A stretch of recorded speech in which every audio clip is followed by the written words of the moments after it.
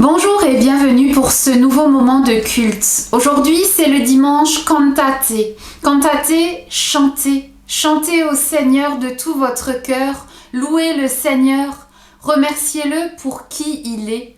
Dites-lui merci pour tous les bienfaits qu'il répand dans vos vies.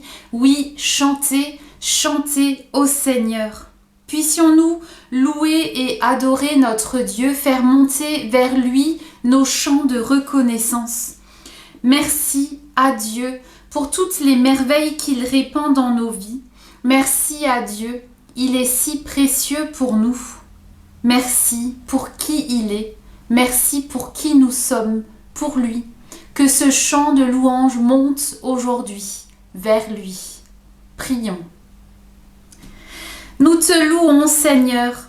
Tu es notre Père. Tu nous aimes, tu nous relèves, tu es la source de notre espérance. Nous tendons les mains vers toi, c'est vers toi que monte notre chant de louange. Nous nous confions à ton amour. Nous te bénissons pour ta présence, avec nous, autour de nous, en nous. Merci de nous unir, là où nous sommes, partout tu formes avec nous une communauté.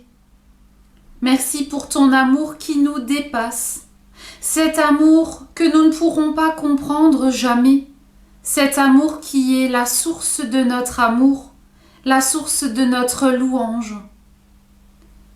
Nous avons tant de raisons de te louer, Seigneur. Libère nos cœurs aujourd'hui, qu'ils puissent joyeusement te chanter et te louer. Amen. Écoutons aujourd'hui un texte de l'évangile de Matthieu au chapitre 11. Vers cette même époque, Jésus dit : « Je te loue, ô Père, Seigneur du ciel et de la terre, parce que tu as caché ces vérités aux sages et aux intelligents, et que tu les as dévoilées à ceux qui sont tout petits. Oui, Père, car dans ta bonté tu l'as voulu ainsi. Mon Père a remis toutes choses entre mes mains. Personne ne connaît le Fils si ce n'est le Père, et personne ne connaît le Père si ce n'est le Fils, et celui à qui le Fils veut le révéler.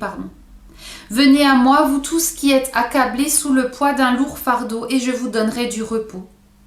Prenez mon joug et mettez-vous à mon école, car je suis doux et humble de cœur, et vous trouverez le repos pour vous-même. Oui, mon joug est facile à porter, et la charge que je vous impose est légère. Vérité est ta parole, Seigneur. Amen. Comment ça? Dieu joue-t-il à cache-cache? Quel est donc ce secret que Dieu aurait caché aux sages et aux intelligents et qu'il aurait révélé aux enfants? Pourtant, ailleurs, dans la Bible, on nous dit souvent que Dieu veut être cherché. Est-ce que ce n'est pas contradictoire? Qu'est-ce que Dieu a bien pu cacher aux intelligents? J'ai longuement réfléchi à ce texte et je m'y suis parfois cassé les dents, jusqu'au moment où réellement et profondément j'y ai lu un vrai questionnement sur ma vie. Quel est le sens de ma vie? Qu'est-ce qui me fait vivre en vérité? Si je suis honnête avec moi-même, je dois avouer qu'il n'y a en fait qu'une seule chose qui me fait vraiment vivre et qui me donne confiance, c'est l'amour. L'amour de Dieu que rien ne peut conditionner ou limiter, ni mes qualités, ni mes défauts, ni mes possibilités, ni mes limites. Rien ne peut changer l'amour de Dieu. Savoir que je suis aimée pour ce que je suis, comme je suis, me remplit de joie, me donne envie de chanter, comme un enfant qui sait se réjouir des joies simples de la vie. Et je crois que c'est exactement de ça que parle Jésus dans ce texte. Quand il dit « Je te loue, Seigneur du ciel et de la terre, parce que tu as caché ces choses aux sages et aux intelligents, et que tu les as révélées aux plus petits. » Jésus ne veut rien dire d'autre que le fait que notre vie n'a de sens que quand elle est vécue dans l'amour et dans la confiance. Un enfant, lui, ne se pose pas 36 000 questions sur l'amour de ses parents. Il le reçoit, il le vit avec reconnaissance Il est heureux de cet amour, il y puise la force de grandir, de s'épanouir. Il y puise l'assurance dont il a besoin, avec confiance, avec sérénité. J'admire les enfants parce qu'ils savent recevoir. Tout naturellement, ils savent recevoir l'attention, la tendresse de leurs parents. Et je trouve que c'est très émouvant. Ils reçoivent ce qu'on leur donne avec cette confiance totale qui ne s'encombre pas de questions, telles que « est-ce que cet amour est vraiment sincère ? Est-ce que mes parents m'aiment vraiment comme je suis ? Est-ce que je suis vraiment aimée ?» Plus tard, peut-être à l'adolescence, oui. Mais un petit enfant, non. Il ne s'encombre pas de ce genre de questions existentielles. Il reçoit tout l'amour qu'on lui donne, dans la confiance.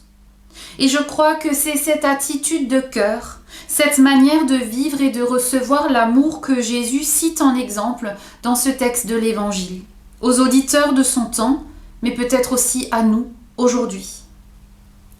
En grandissant, et il faut le dire, face aux épreuves de la vie, face aux trahisons, face à la violence parfois, nous perdons cette confiance en l'amour, cette capacité à recevoir l'amour, à l'accueillir et à simplement en vivre.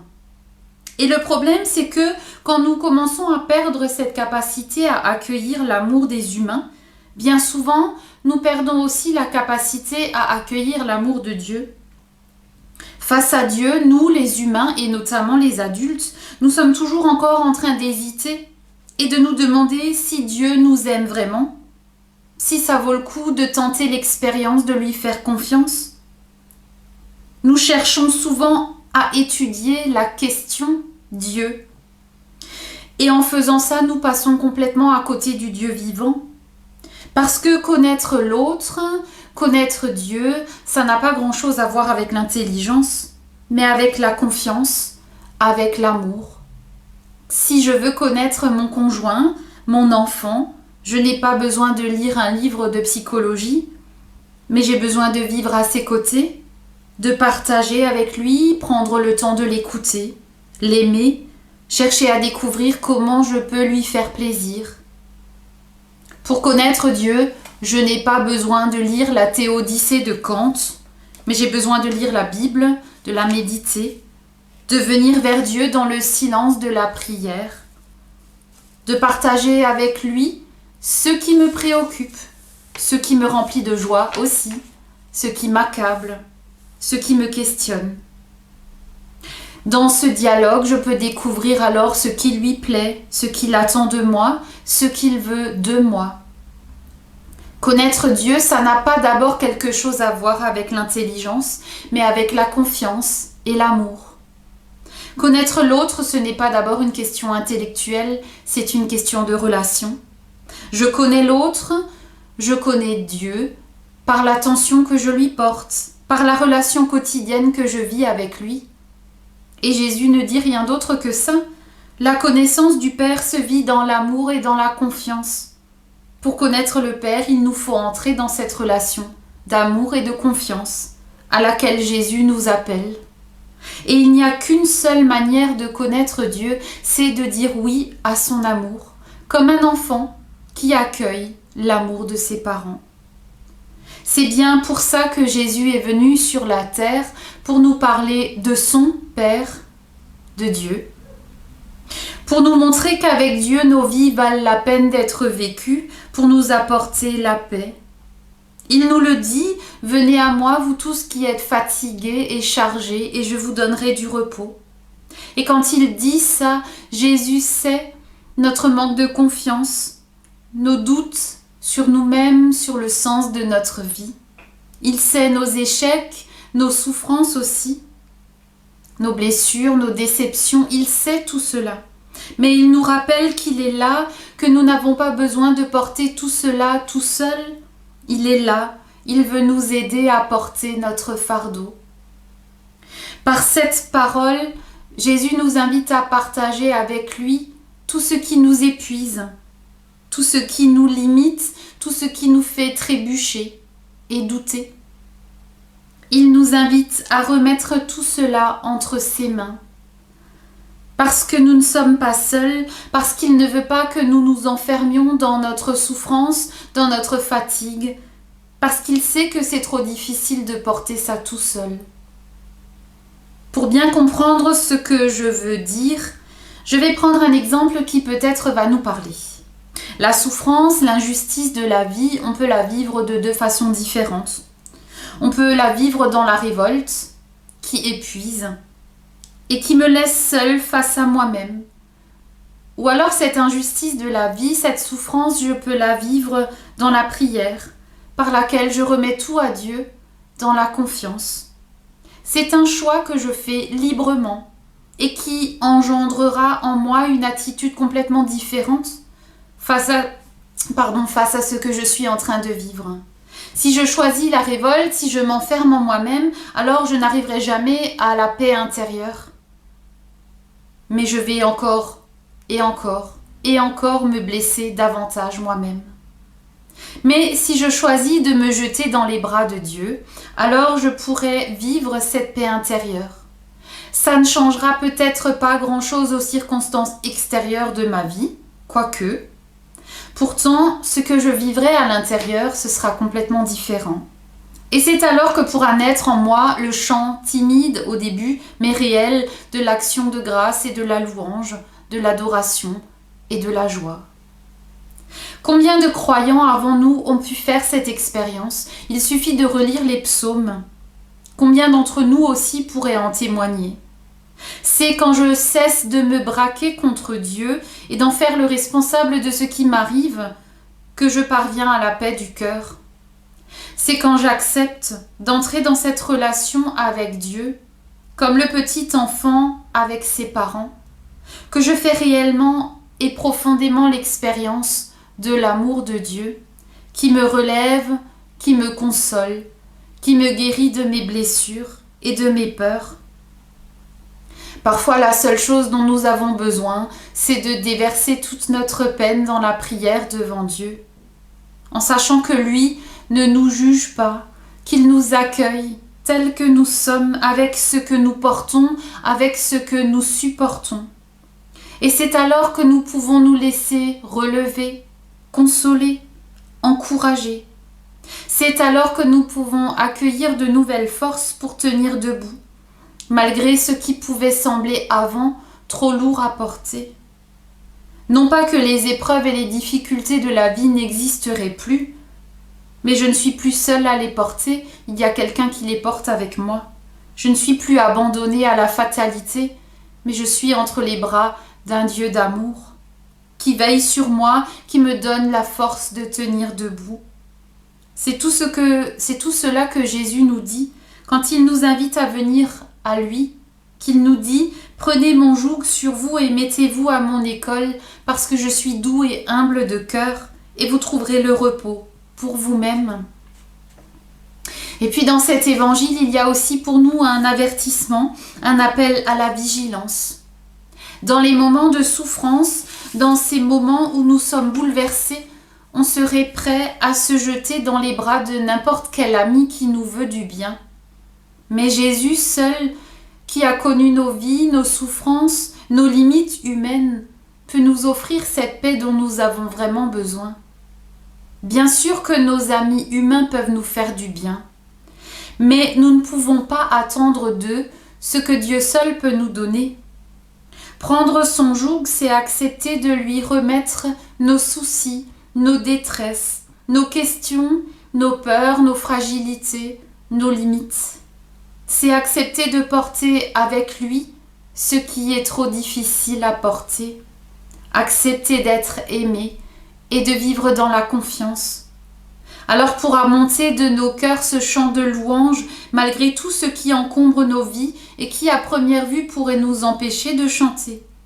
Alors pourra monter de nos cœurs ce chant de louange pourtant de bonté, d'amour, de confiance. Et nous pourrons à notre tour témoigner à d'autres que le sens profond de notre vie, c'est d'aimer et de redonner confiance à ceux qui trébuchent, qui doutent, qui espèrent. Partager ce que nous avons reçu.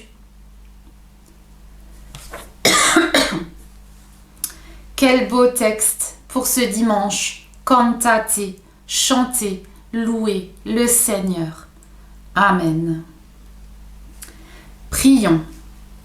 Dieu notre Père, notre monde résonne si peu de nos chants de louange. Au lieu de ça, on entend plutôt monter les plaintes, les cris, les mécontentements des hommes. On entend plutôt les cris et les pleurs qui nous bouleversent et qui nous laissent parfois impuissants. Donne-nous dans nos vies le temps du silence et de la louange. Père, dans nos églises, c'est un peu la même chose. Trop souvent, nous nous plaignons de ce qui ne nous plaît pas. Nous nous plaignons parce que les églises se vident ou parce qu'on ne trouve pas toujours ce qui pourrait répondre à nos attentes. Aide-nous, Seigneur, à bien plutôt regarder à toi, toi qui veux combler nos vies de tes bienfaits et de ta grâce. Dans notre monde, Seigneur, tant d'hommes et de femmes ne sont pas entendus. Ils souffrent en silence, dans leur maladie, leur souffrance, leur misère. Pour eux, il y a si peu de raisons de se réjouir et de chanter. Donne-nous, Seigneur, d'ouvrir nos oreilles à ceux qui ne sont pas entendus, d'entendre leurs cris silencieux, pour que nous puissions les porter devant toi. Ouvre nos yeux sur toutes les grâces que tu répands dans nos vies, toutes les bénédictions que trop souvent nous ne voyons plus, à force de plaintes et d'égoïsme. Ouvre les yeux de nos cœurs pour qu'ils chantent leur reconnaissance envers toi, notre Créateur, notre Père. Garde-nous dans ta paix quand nous te prions ensemble. Notre Père qui es aux cieux, que ton nom soit sanctifié, que ton règne vienne, que ta volonté soit faite sur la terre comme au ciel. Donne-nous aujourd'hui notre pain de ce jour. Pardonne-nous nos offenses, comme nous pardonnons aussi à ceux qui nous ont offensés. Et ne nous laisse pas entrer en tentation, mais délivre-nous du mal, car c'est à toi qu'appartiennent le règne, la puissance et la gloire, au siècle des siècles. Amen. Ne laisse pas la louange s'enfuir de ta vie, qu'il fasse clair et beau sous le ciel sans nuages, ou qu'il fasse sombre et froid pendant les jours d'orage. Ne laisse pas la louange s'enfuir de ta vie. Les autres en ont besoin, ceux qu'on oublie, ceux qu'on méprise, ceux qu'on maltraite. Dans l'ombre et le chagrin, ils se redresseront si tu gardes pour eux la flamme de l'espérance vivante. Ne laisse pas la louange s'enfuir de ta vie. Un jour tu comprendras les pourquoi de la terre, l'envers de chaque peine et de chaque douleur. Un jour tu connaîtras dans la pleine lumière l'amour du Dieu vivant, dans le parfait bonheur. Mais en attendant, ne laisse pas la louange s'enfuir de ta vie. Je vous souhaite une belle journée et une belle semaine, et que le Seigneur vous bénisse et vous garde. Amen.